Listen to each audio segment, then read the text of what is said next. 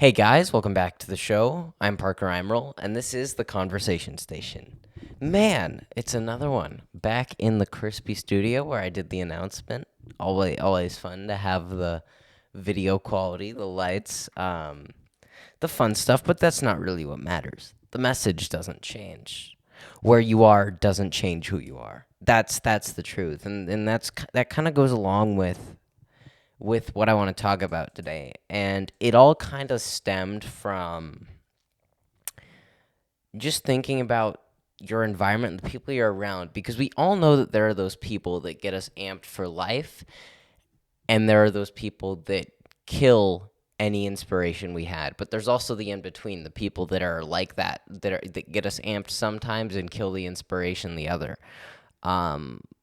But I think it comes down to having ownership of your mind. And so I'm going to start off with this personal side of things, right? So for the person listening, right, to you, taking ownership of your mind. So I was talking with a mentor of mine, what was it, Friday? And we were talking about how the most important piece of real estate to own is your mind. Having ownership of your mind, understanding your mind, taking control, right? And I think one of the biggest things is that the people that get you amped are the people that are amped for their lives. But I think that's because they love life, right? But the truth is that the fast track to not loving life is to putting business before life. And now you hear these things like pay yourself first. And those things are good. Those things are great. But I don't mean money. I don't mean literally paying yourself first. I mean mentally. Because you need to find that inspiration and you need to be able to hit that stride. Because we all know that we find ourselves, especially if you're an entrepreneur or a creative, you find yourself in these stretches. They could be 2 days, a month, a week, 6 months, where you just want to get up every day. You don't want to go to sleep. You just want to get up and go attack the day. And being able to do that consistently is so huge. And I think it stems for me. For me, it stems from whenever I'm having good conversations with good people, I am amped. And whenever I'm talking with people about things I'm passionate about, I am amped. And so finding those people, right? And so you have to surround yourself with the people, but you also have to be amped in order for those people to want to be around you. Because no one wants to be around the person that robs them of their enthusiasm that is not fuel. And it's funny, I was writing down notes for this while listening to some Akira the Dawn, and I've talked about him before. But it was so interesting to be listening to this music, and I just had his entire musical catalog on shuffle. And a song he did that has Joe Rogan in it. It was literally talking about what I already had notes down for this episode. So that was interesting. But what I have here in my notes is that you need to love life even when it's bad. And it comes from outlook. You need to stop focusing on the problem and focus on the solution. You need to stop focusing on the bad things and focus on the good. That's easier said than done, but it is a necessary step towards loving life and towards fulfilling yourself and those around you. And I think that when you can do that, again, it takes knowing yourself. Like, there are introverts who never would find fulfillment from socializing. But I'm always going to find when I am the most amped is after a podcast episode where I talked to a mentor who I really resonated with. When I am the most amped is when I spend time with the people that I like to spend time around. And so I also have to understand that I need to be that person in order to find those people. So there will be those people that just come into your life.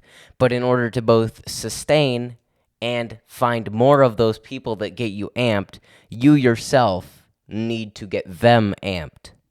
And I don't necessarily mean this as a transactional relationship, but every relationship is inherently transactional. No one wants to be around you if you are robbing them of their enthusiasm.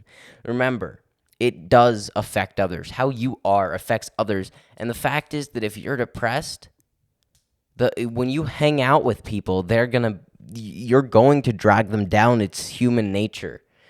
Your outlook is not independent from everyone else's outlook. You are the people you surround yourself with, and the people you surround yourself with are you. And I think a lot of this stems from focusing on the wrong things, especially in the professional world. When you are focused on money, it ruins everything. And in this conversation I had with a mentor on Friday, we were talking about you have to plant the seeds in order to grow. And I mean that in business, in anything. And we were talking about it in the stem of content creation. But I think that the fact is, the second you stop focusing on money as an entrepreneur and build relationships and do things for people, you'll find yourself at a point where you're no longer looking for the client is looking for you. In that the client is reaching out, obviously you're always going to have to cold call people. It's a fundamental element of business. But it's also important to understand that if you just focus on life and being someone that you want, that you would want to be around, your team will want to be around you. Your team will put in more effort for you. Your clients will see the effort you put in. Your clients will want to be around you, and a lot more will fall into place. So I don't like seeing people that no one likes it when they're the Debbie Downers, and especially when you can't control whether you're around them or not. And I also think this rings true especially for those in charge of something, whether they're in charge of a household, a company, just an environment in general. Because if you aren't excited, if you aren't loving life, if you aren't giving off that inspirational energy, then it creates dysfunction, right? Because I don't think that I need to elaborate on this too much, because when you're think of an environment where where the leader in that environment was not excited, someone just popped into your head. There is someone in your mind right now who you are thinking of that time when they were XYZ and it was hurting the team, hurting the family, right? But I want you to think, and I want you to always be reflecting. I want you to take ownership of your mind. Learn your mind. Learn who you are. Learn what you need, so that in these situations you are prepped to both recognize when you are that person and snap out of it as fast as frickin' possible. I can't tell you what's going to snap you out of it. Only you know what's going to solve your problem. But I think there are some steps, some baselines, right? Waking up early every single day. There are going to be days when you don't, right? There are going to be days when you have lapses in discipline. I have them. I'm not going to come out here and lie and pretend that I'm perfect. But waking up early and getting your physical fitness in, but I think, at least for me, there is a big difference between getting your physical fitness in at 12 p.m. or 6 a.m., right? Doing it bright and early before most people have risen. You need that win to start your day. But then more than that, it's just finding, if I talk from experience, for me, it's having conversations with people that I enjoy talking to, doing these different things. But I can't tell you what's right for you. That's why I feel like my messaging in every episode, I always say know yourself. Because I personally believe that you do need to know yourself. And knowing yourself is fundamentally different from finding yourself. Finding yourself is kind of stupid. Because finding yourself, people usually use that as an excuse to go party, an excuse to go be crazy. And when I say knowing yourself, I simply mean finding security and confidence in who you are, and in that surrounding yourself with the right people and trying enough things that are net positive in your life, that you understand who you fundamentally are in the fact that you understand what you need to succeed. That's the point. There is no shortcut to any of this. There is no easy road. The person that's selling you the easy road is selling you a lie.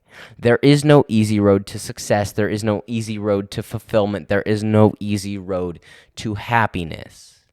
Some people's road is going to be shorter, but that does not mean it's easy. At every turn, it is often best to choose the harder option, because the harder option tends to be what is both morally and long-term will be financially and mentally right for you. So think about that.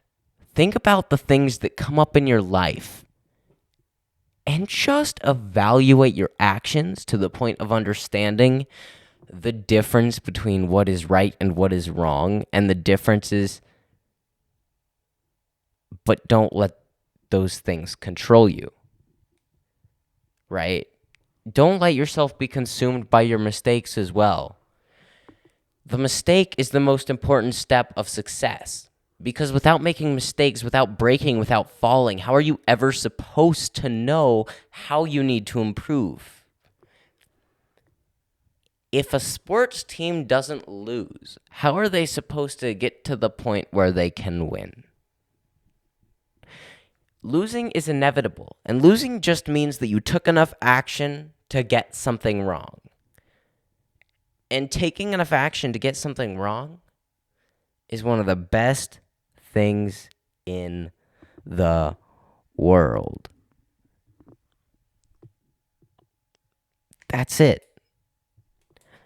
Man, so I'll just, as I wrap this up, give you a teaser of what's upcoming. Got another episode with a guest next week, but I also have a couple of really, and I'm lining up a couple more guests, but I have some really cool episodes like this coming up that I'm, look out for one tomorrow. Not going to tell you the topic, but it is something that is fundamentally important to understand within yourself and to understand when it comes to children. And it's me speaking more so from experience than data. I don't like speaking from data because I don't believe data tells a story. You can transform data into a story, but without a personal experience, it's nothing. So I like to focus on personal experience. But yeah, and I would just, again, say thank you for coming with me on this 30 episode and 30-day challenge. Go check out that episode with Steve Eckert. Freaking phenomenal episode. Phenomenal dude. Same thing with the episode with Coach Kevin. Go check those episodes out. Make sure that, but more than any of that, like, listen to those episodes or don't. But just be intentional with who you are, who you surround yourself with, and how you impact those around you. Thank you, guys. Thank you guys at home for watching. I'm Parker Eimerl. I've been talking to you, and this has been The Conversation Station.